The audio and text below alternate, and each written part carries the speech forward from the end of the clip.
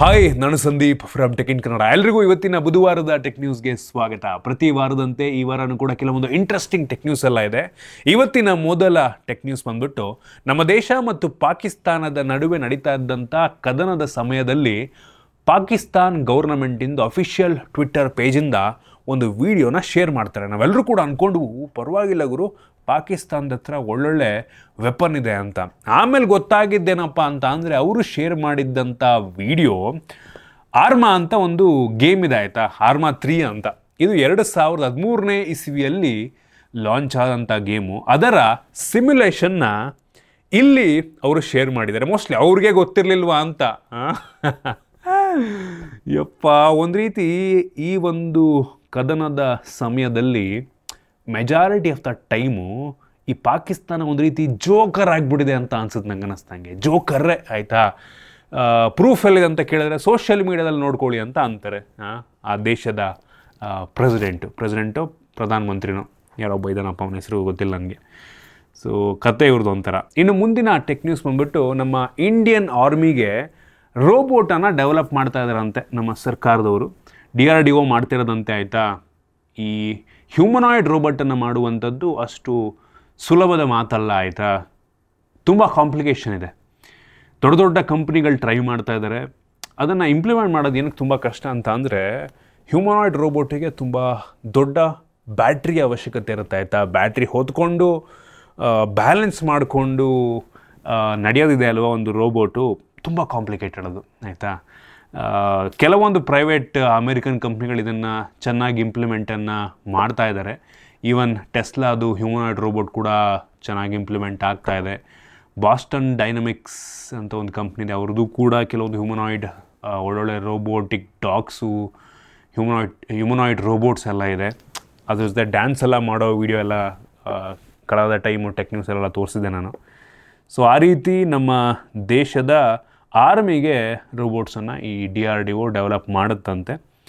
So ನೋಡಬೇಕು ಆಯಿತಾ, ಫ್ಯೂಚರ್ನಲ್ಲಿ ಬರ್ಬೋದು. ಸದ್ಯಕ್ಕೊಂದು ತುಂಬ ಕಷ್ಟ ಇದೆ ಆಯಿತಾ.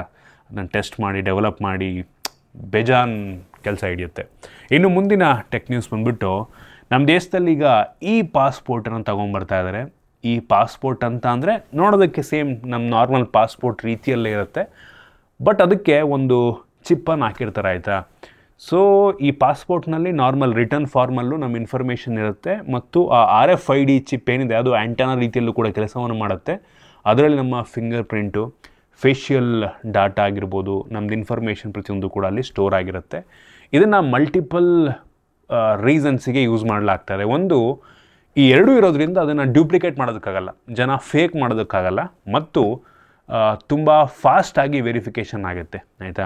RFIDಯಲ್ಲೇ ಕಂಪ್ಲೀಟ್ ಡಾಟಾ ಇರೋದ್ರಿಂದ ವೆರಿಫಿಕೇಷನ್ ತುಂಬ ಫಾಸ್ಟಾಗಿ ಆಗುತ್ತೆ ಆಯಿತಾ. ಏರ್ಪೋರ್ಟ್ನಲ್ಲಿ ಅಥವಾ ನೀವು ಯಾವುದೋ ಬೇರೆ ದೇಶಕ್ಕೆ ಹೋದಾಗ ತುಂಬ ಪ್ರೋಸೆಸ್ಸು ಫಾಸ್ಟಾಗಿ ಆಗುತ್ತೆ. ಒಂದು ಒಳ್ಳೆಯ ವಿಷಯ, ಆಲ್ರೆಡಿ ಇದನ್ನು ಕಳೆದ ಏಪ್ರಿಲಿಂದನೇ 2024 ಏಪ್ರಿಲಿಂದನೇ ಇದನ್ನು ಶುರು ಮಾಡಿದರು ಆಯಿತಾ. ಸಣ್ಣದಾಗಿ ಶುರು ಮಾಡಿದರು. ಈ ವರ್ಷ ಮಿಡ್ಡಿಂದ ಕಂಪ್ಲೀಟಾಗಿ ಎಲ್ಲ ಪಾಸ್ಪೋರ್ಟ್ ಸೇವಾ ಕೇಂದ್ರಗಳಲ್ಲಿ ಇದನ್ನು ಡಿಪ್ಲಾಯ್ ಮಾಡ್ತಾರೆ. ಸೊ ಪ್ರತಿಯೊಬ್ಬರಿಗೂ ಕೂಡ ಸಿಗುತ್ತೆ.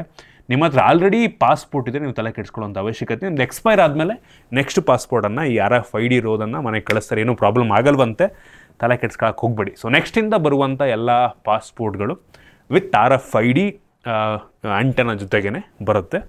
ಒಳ್ಳೆಯ ವಿಷಯ, ಇಂಪ್ರೂವ್ಮೆಂಟ್ಸ್ ಆಗ್ತಾರೆ ಟೆಕ್ನಾಲಜಿಲಿ ಪಾಸ್ಪೋರ್ಟಲ್ಲೂ ಸಹ. ಇನ್ನು ಮುಂದಿನ ಟೆಕ್ ನ್ಯೂಸ್ ಬಂದ್ಬಿಟ್ಟು, ಸೊ ಈ ಜೂನ್ 17ನೇ ತಾರೀಕಿಂದ ನೀವೇನಾದರೂ ಅಮೆಝಾನ್ ಪ್ರೈಮ್ ಯೂಸ್ ಮಾಡ್ತೀರಾ ಅಂತ ಅಂದರೆ ಅಡ್ವರ್ಟೈಸ್ಮೆಂಟ್ ಬರೋಕ್ಕೆ ಶುರು ಆಗುತ್ತಂತೆ.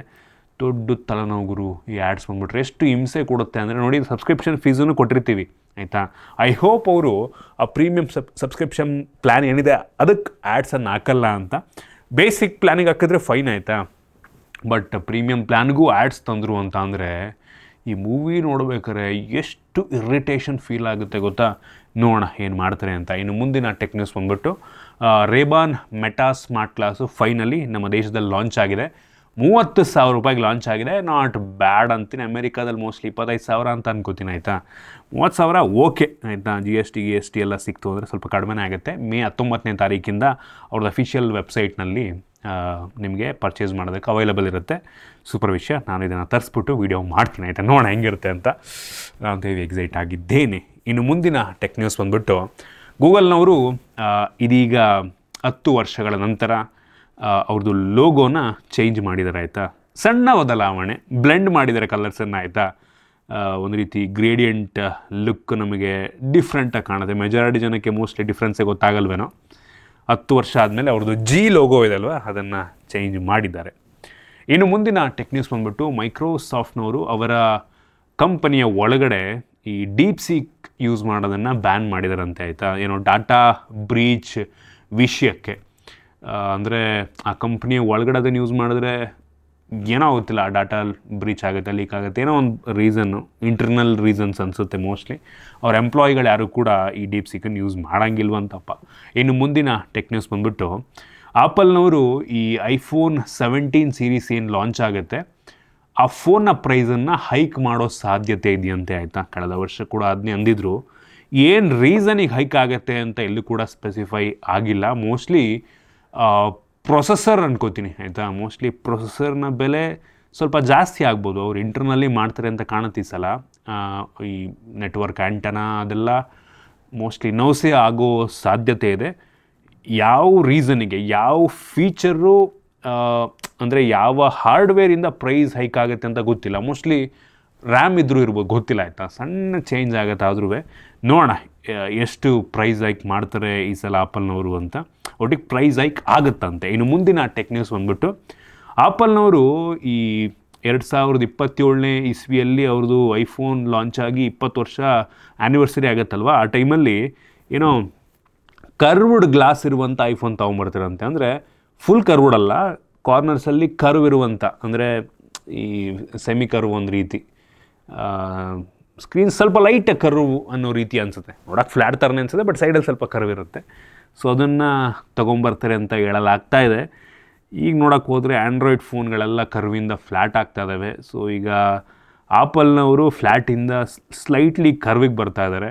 ನೆಕ್ಸ್ಟ್ ಮೋಸ್ಟ್ಲಿ ಮತ್ತೆ ಆ್ಯಂಡ್ರಾಯ್ಡ್ನವರು ಫ್ಲ್ಯಾಟಿಂದ ಮತ್ತೆ ಕರ್ವಿಗೆ ಬಂದರೂ ಬರ್ಬೋದು. ಏನಕ್ಕೆ ಅಂದರೆ ಎಲ್ಲರೂ ಕೂಡ ಆಪಲ್ ಏನು ಮಾಡ್ತಾರೆ ಅದನ್ನ ಕಾಪಿ ಮಾಡ್ತಾರಲ್ವ. ಸೊ ಆ ಟ್ರೆಂಡನ್ನೇ ಪ್ರತಿಯೊಬ್ಬರು ಫಾಲೋ ಮಾಡ್ಬೋದೇನೋ, ಏನಾಗುತ್ತೋ ಗೊತ್ತಿಲ್ಲ.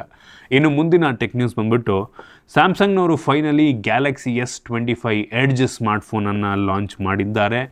ಪ್ರೈಸ್ ನೋಡ್ಬಿಟ್ರಂತೂ ಯಾವಂತ ಓತಂಗೂರು ಅಂತ ಅನಿಸುತ್ತೆ. ಬೇಸ್ ವೇರಿಯಂಟು 1,10,000 ರೂಪಾಯಿ, ಮೋಸ್ಟ್ಲಿ ಆಫರ್ ಸೇರಿ 1 ಲಕ್ಷ ಆಗ್ಬೋದು. ಮತ್ತು 512GB ವೇರಿಯಂಟು 1,22,000 ರೂಪಾಯಿ ಇದೆ. ನೋಡ್ರಪ್ಪ, ಯಾರು ಪರ್ಚೇಸ್ ಮಾಡ್ತೀರಾ 1,22,000 ರೂಪಾಯಿ ಅಂತ ಅಂದರೆ ಫ್ಲ್ಯಾಗ್ಶಿಪ್ ಫೋನೇ ಸಿಗುತ್ತಲ್ಲ ಗುರು. S25 ಅಲ್ಟ್ರಾನೇ ಸಿಗುತ್ತಲ್ಲ ಗುರು.